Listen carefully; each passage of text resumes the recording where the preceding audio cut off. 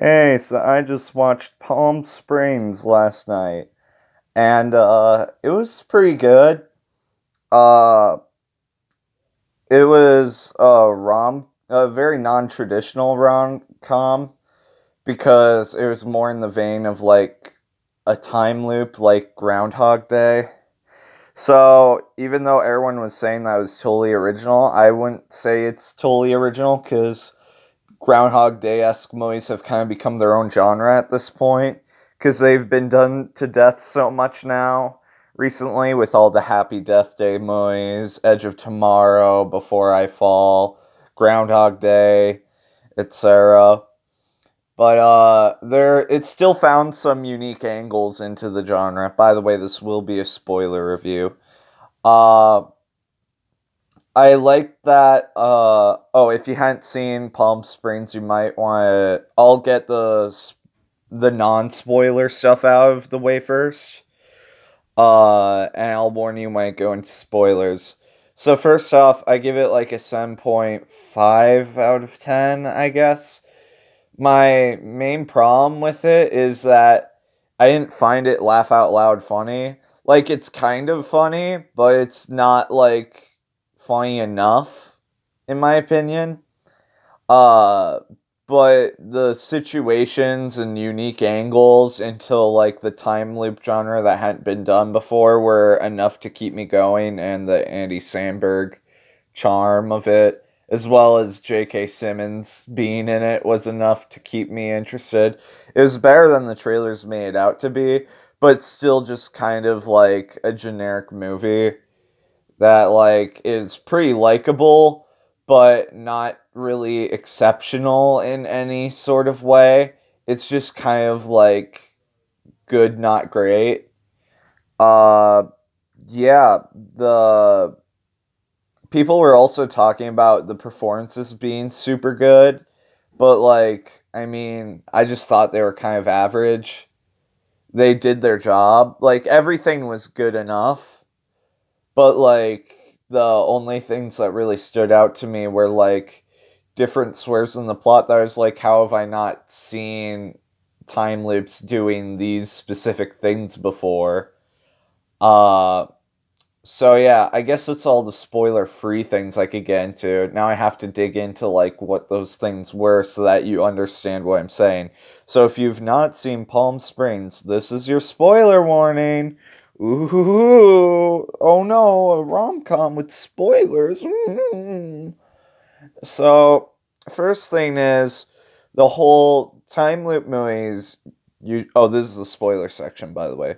Time loop movies never really have an explanation as to why characters are going through the time loop. So it was nice to have one that finally did. And I like how they did make fun of the whole morality piece that every other time loop movie goes into of how they escape it. Uh Yeah, and they obviously just have to find some other way to escape it then, because like, yeah. So yeah, I like the idea of the whole cave being like how it loops and things like that, and bringing other people into the time loop with them, because there's like 3 or 4 people in this time loop stuck there together, and then people can go in and out of it depending on whether if they've stopped the loop or not, and then they're just like normal people. And then it deals with like some kind of disturbing drama, like kind of almost borderline Me Too. Like it kind of feels almost non-consensual, like when it brings up the whole Andy Sandberg had sex with the main character when she was just like kind of a husk going through the day, like numerous times, kind of taking advantage of the situation on repeat. Like that was like a pretty disturbing revelation that I thought was actually to the benefit of the movie, because again, it was an interesting way to use the time loop concept that hadn't really been used that way before, because most movies wouldn't really go there. So that was like another example of like, wow, really hadn't seen that before. but it's like kind of a huge spoiler if you don't know. Uh, Also, it was really darkly lit, that whole dinosaur thing, so I wasn't really able to see what was going on there.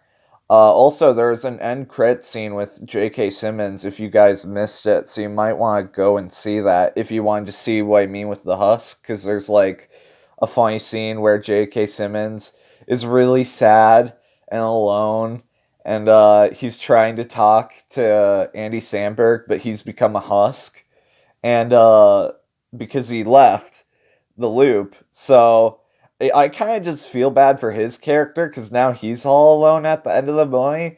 So I don't know how I really feel about that with the ending because it's kind of the generic ending, except now someone's stuck all alone in the time loop instead of having two other buddies.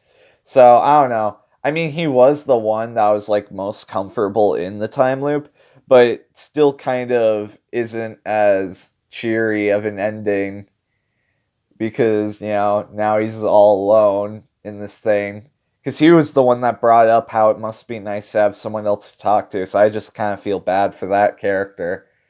Yeah, I thought it was kind of ridiculous, the whole idea of like our hugely scientific theory, like that's just super scientific, that's so scientific they won't understand, like primer levels of scientific, is just blow up the cave, which is kind of funny actually, because it's just like the least intelligent thing, but then it ends up actually working. I do like that didn't take itself too seriously and that it knew what it was and just had fun with it. I was just glad that was fun and enjoyable and easily recommendable. So yeah, I did recommend it. Palm Screens is a pass for me. So yeah, watch it. Yeah.